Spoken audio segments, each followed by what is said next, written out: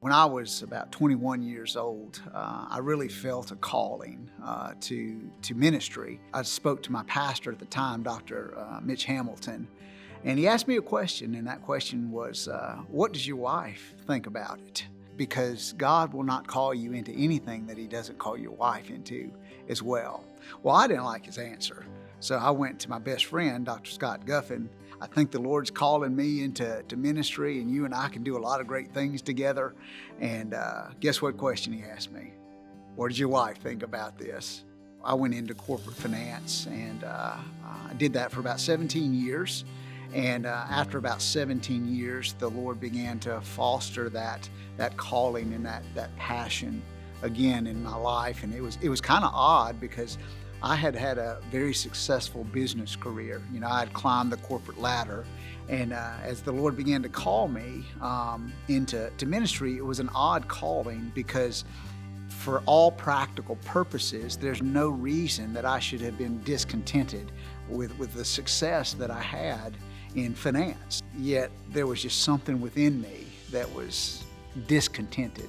Looking back on that, I think that it was a holy discontentment that God was pulling me in.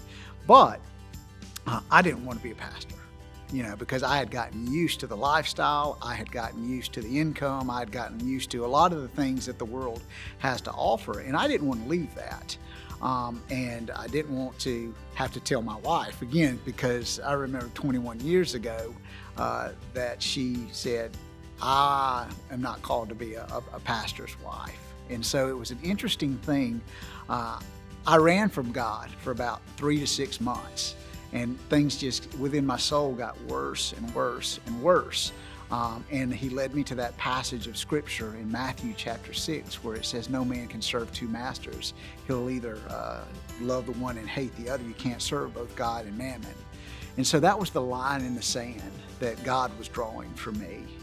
And so I had to make a decision. Am I going to continue to serve the wealth and the conveniences and the things that I had accomplished in the finance world? Or was I going to be obedient to him? And so the opportunity arose here at Prospect to be a pastor. And so I went, and I knew I had to make a decision. And so that meant I had to go talk to my wife, right? And so I did what every good husband would do, take her to her favorite restaurant. I said, baby doll, I need to share something with you.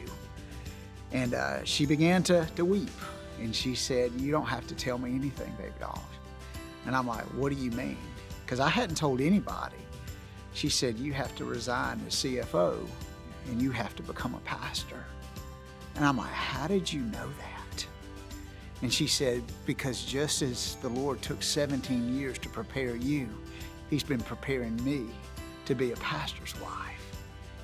I surrendered to the call. I stepped out in ministry and became a bivocational pastor here, because like I said, we only had about 30 people here at the time. And over that time period, the Lord blessed our church. We grew from about 30 to about 150. We built this new sanctuary. And at that time, the Lord said, you know, it's time to go full time. Anybody that's considering going into ministry, I would say, don't fear. Number 2, have faith. Number 3, walk in obedience.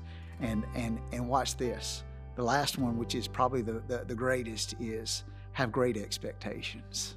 That the Lord is faithful. He is good. He is amazing. And he will do things beyond what you could ever imagine.